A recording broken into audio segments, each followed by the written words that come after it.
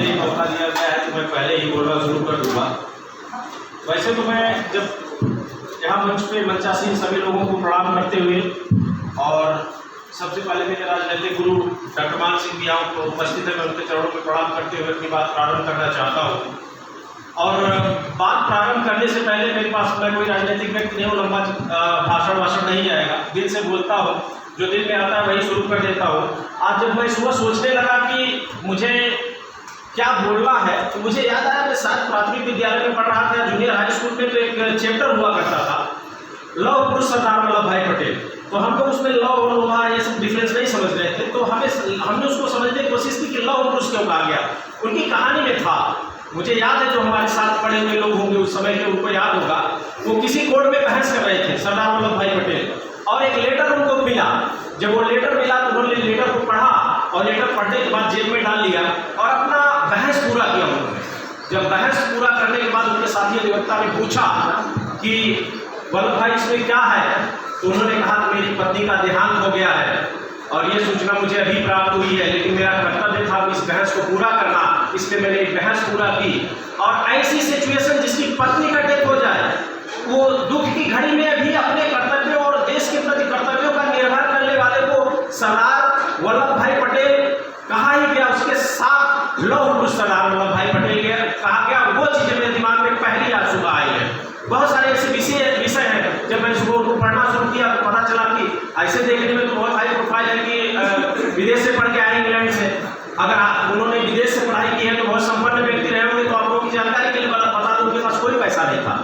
उनके जुनून था, 22 साल की उम्र में उन्होंने हाई स्कूल पास किया था। जब उनको ये LLB करने की इच्छा बचपन से थी, जब उन्होंने कोशिश की कि मैं LLB करूं, तो उनके पास कुछ था नहीं पढ़ने पढ़ाने के लिए। अंत में उन्होंने अपने मित्र से लॉ की किताबें, कानून की किताबें पढ़ी और उसके बाद वो चंद पैसे इकट्ठा किया। उसके बाद उन्होंने अपने संघर्षों से, किसी के सहायता से नहीं, अपने संघर्षों से इंग्लैंड में जाकर के उन्होंने बैरिस्टर की पढ़ाई की। बहुत सारे इशूज हैं, कुछ पॉइंट्स, और मैं बताऊं ये अपने समाज की बात भी मैं करता रहता हूँ। और आज जब सरदार वल्लभ भाई पटेल की बात आई तो दो चीज़ें कॉमन मेरी बिरादरी में, मैं सौभाग्य से या दुर्भाग्य से जान कर हो रही हूँ।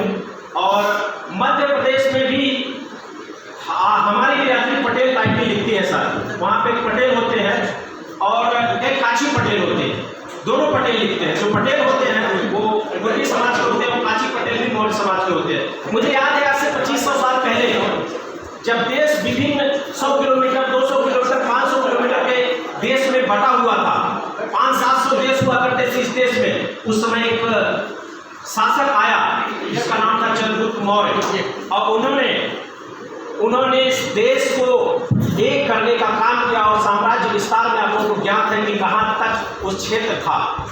वो पहले व्यक्ति थे जिन्होंने राष्ट्र को एक किया, और आज़ादी के बाद पहले व्यक्ति थे सरदार वल्लभ भाई पटेल जिन्होंने इस देश को एक किया। उस समय देश 562 रियासतों में बटा हुआ था।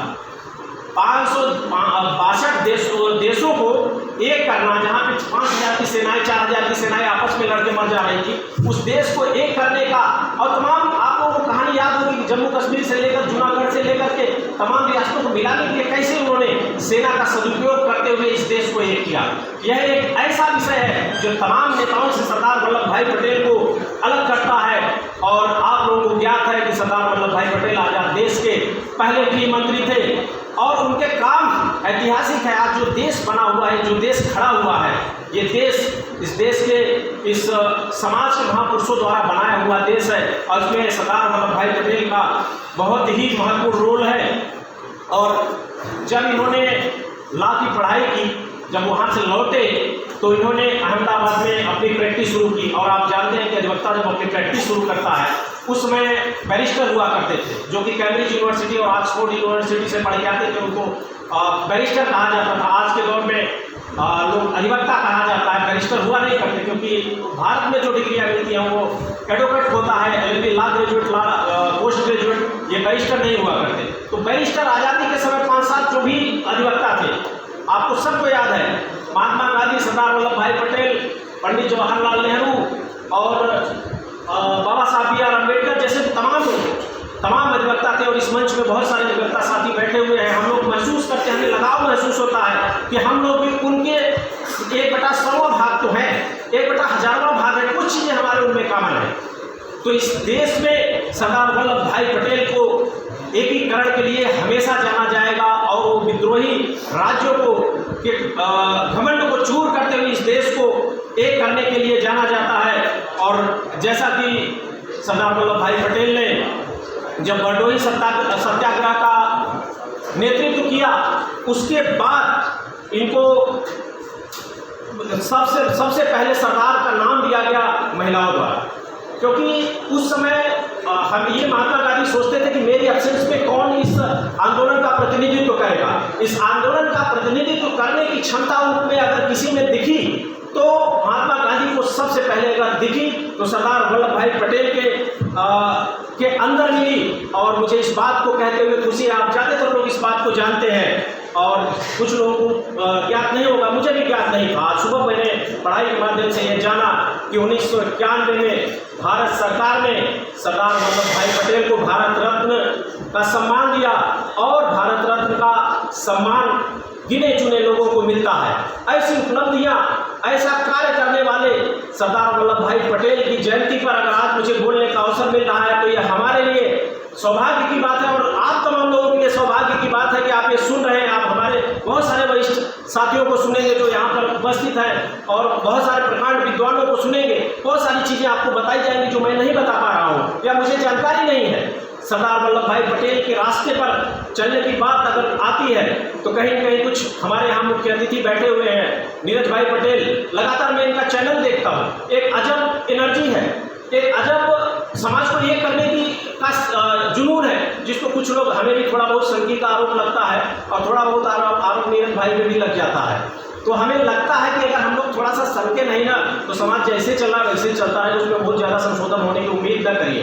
कुछ बड़ा करने के लिए जिद्दी होना पड़ेगा, अड़ियल होना पड़ेगा और आजकल बिगड़े लोगों की भाषा में सनकी होना पड़ेगा, जैसा कुछ लोग हैं, तो लड़ना पड़ेगा। और साथियों मैं बता दूं, सरदार वल्लभ भाई पटेल के रास्ते पर चलते हुए अगर आप बाबा साहब B.R. अम्बेडकर के यहाँ पे तमाम महापुरुषों की तस्वीरें लगी हुई है, मुझे पूरी उम्मीद है कि इस विचारधारा की जहाँ हर समाज के लोग, ललई यादव जी हैं और APJ अब्दुल कलाम, ज्योतिराव फूले और उसके अलावा अम्बेडकर साहब की और रामस्वरूप वर्मा जी की फोटो, ये ऐसी इस तस्वीर से एक शिक्षा मिलती है। इस तस्वीर को आप समझिए, इस तस्वीर से क्या मैसेज दिया जा रहा है? इस तस्वीर से मैसेज दिया जा रहा है कि एक है, हमें एक होना पड़ेगा।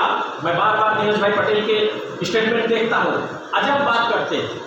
अभी तो कम से कम रोटी बेटी के का रिश्ता करने की बात हो रही है। अगर बेटी का रिश्ता नहीं हो सकता तो शुरुआत तो कर लीजिए रोटी का, साल 2 साल बाद आगे भी रिश्ते हो जाएंगे। अगर आप अभी भी जाति उच्चता में जब देखता हूँ बहुत सारे लोगों को, तो जाति उच्चता की बातों में सब विलीन है। कोई क्षत्रिय है, कोई क्या है, हर समाज को क्षत्रिय होने का अलग जुनून है, अच्छी चीज़ है, बड़े रहिए क्षत्रिय, लेकिन आपकी राजनीतिक हैसियत क्या है? वर्तमान में जो सरकारें आज़ादी के बाद बनी 85% पॉपुलेशन के साथ हो रहा है, अपने यहाँ पर बोलने वालों की संख्या नहीं है। अगर आप बोलते हैं, हमारे बहुत सारे वरिष्ठ साथी अधिवक्ता बैठे हुए हैं यहाँ पे, आप लोग जानते हैं कि जब हम रिप्रेजेंटेशन की बात करते हैं इन सरकारों से, मैं किसी राजनीतिक मंच से नहीं हूँ, मैं किसी पार्टी का पदाधिकारी नहीं हूँ, लेकिन मैं आज़ादी के बाद हुई इन सरकारों से पूछना चाहता हूँ, 85% पॉपुलेशन का प्रतिनिधित्व क्या है? क्या आप उनको मूर्ख समझते हैं? सही बताऊँ तो वो हम ऐसा ही समझते हैं। ऐसा इसलिए समझते हैं कि आप लड़ते नहीं हैं। लड़िए, इन महापुरुषों से क्या सीखेंगे आप? इनसे सीखिए, हमारा अधिकार है। और यहीं पे एक शायद फोटो लगी होगी बाबू जगदेव कुशवाहा की। बाबू जगदेव कुशवाहा एक समाजवादी नेता थे, उनका नारा था 100 में 90 शोषित हैं, 90 भाग हमारा है। बहुत सारे उनके नारे थे। हमारा 90 भाग कहाँ है? आपको मैं बताऊं, अगर 90-10 की आप बात करिए, 85-15 की बात करिए, दोनों ही स्थिति में हमारा रिप्रेजेंटेशन इनवर्सली प्रोपोर्शनल है। 15% पॉपुलेशन वालों का 85% प्रतिनिधित्व है और 85% पॉपुलेशन वालों का 15% प्रतिनिधित्व है। और हमारी आवाज़ कोई उठाने वाला नहीं है साथियों। मैं यहाँ राजनीतिक प्रचार करने नहीं आया हूँ। आपको जिसको वोट करना है करिए, भाजपा को करिए, कांग्रेस को करिए, सपा को करिए, बसपा को करिए, नीचे बहुत सारी पार्टियां हैं जिसको भी करिए, लेकिन उनको मत करिए जो गुलामी कर रहे हैं। वो किसी भी पार्टी में हो, हमारे लोगों की बातें होनी चाहिए, सरदार वल्लभ भाई पटेल के उस विचारों का संचार होना चाहिए। अगर आप हमें प्रतिनिधित्व नहीं दे सकते, अगर हमारा भाई हमारे दुश्मन की पार्टी में खड़ा है तो वोट मत दीजिए, वो गुलाम है, वो आपकी भाषा नहीं बोल सकता, संसद में आपकी बात नहीं रख सकता है। तो बहुत सारी चीजें जब मैं बैठा हूँ जुडिशरी की बातें उठाता हूँ, चलिए ठीक है कोलेजियम सिस्टम है, उस पर बहुत ज़्यादा नहीं जाना चाहता हूँ, जनता संतुष्ट है तो कुछ करिए ना, कुछ ऐसी व्यवस्था लाइए ना कि हमारा भी प्रतिनिधित्व हो जाए। नहीं है, चलिए सरकारें जो बैठी हुई हैं, जो भी सरकारें नहीं, उनका क्या जवाब है? कितने शासकीय अधिवक्ता हैं? चलो जुडिशरी पे आवाज़ नहीं उठा सकते तो सरकार पे तो उठा सकते हैं। जरा शासकीय अधिवक्ताओं की लिस्ट देख लीजिए। मुझे इस बात पे बहुत अफसोस होता है। और रही बात कभी हमारी पसंदीदा पार्टी की भी सरकार आई तो मैं इसी आत्मविश्वास के साथ कहना चाहता हूँ, मैं उस सरकार के ऊपर, उस पार्टी के ऊपर भी उंगली उठा दूंगा कि अगर हमारे लोगों का प्रतिनिधित्व तो नहीं हुआ तो फिर आवाज़ उठेगी। साथियों, राजनीतिक मंच नहीं, और एक दो पॉइंट मैंने जब सुबह पढ़ा मैं थोड़ा बागीबोर हो गया। जब सरदार वल्लभ भाई पटेल का डेथ हुआ, जब उनकी मृत्यु हुई और उनके अकाउंट को चेक किया गया तो उनके अकाउंट में 260 रुपये थे। ये एक बड़ी चीज़ है। आप अंदाज़ा लगाइए, अगर वो आज के लोगों की तरह धनार्जन करते, आज उस समय पे 260 रुपये की वैल्यू आई थिंक इस समय पे 50,000 के बराबर होगी, 40-30,000 के बराबर होगी, इससे ज़्यादा तो नहीं होगी। एक देश का गृह मंत्री और बैरिस्टर जिनकी अच्छी खासी वकालत थी, जो विदेशों में बहस करने जाते थे, उस व्यक्ति के अकाउंट में 260 रुपये, इतना कम पैसा कैसे? उन्होंने गरीबों, शोषितों, वंचितों के लिए निश्चित रूप से अपने अर्जित धन को व्यय किया होगा, समाज के लिए लड़ा होगा।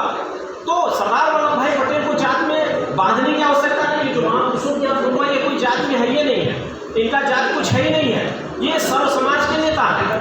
तो मैं यहाँ पर उपस्थित सभी लोगों से निवेदन करूँगा कि चाहे डॉक्टर बी आर अम्बेडकर हो, चाहे पेरियार ललई सिंह यादव हो, चाहे रामस्वरूप वर्मा हो, और चाहे भारत लेनिन बाबू जगदेव कुशवाहा हो, इनके विचारों को पढ़िए और इनके रास्ते पे चलिए और इनके द्वारा दी गई शिक्षा, इनके उद्देश्यों को समझिए।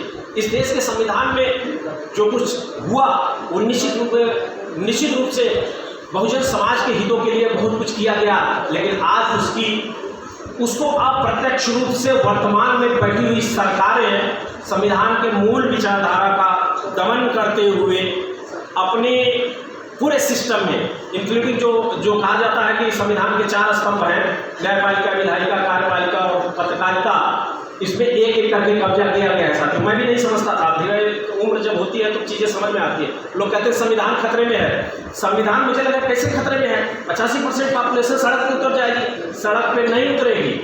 हमारे समाज के लोग उनके यहाँ गुलामी कर रहे हैं, इस बात को समझिए। ज़्यादा मैं नहीं बोलूँगा, नहीं राजनीतिक हो जाएगा। इन्हीं शब्दों के साथ मैं अपनी वाणी को विराम देना चाहूँगा। Thank you so much.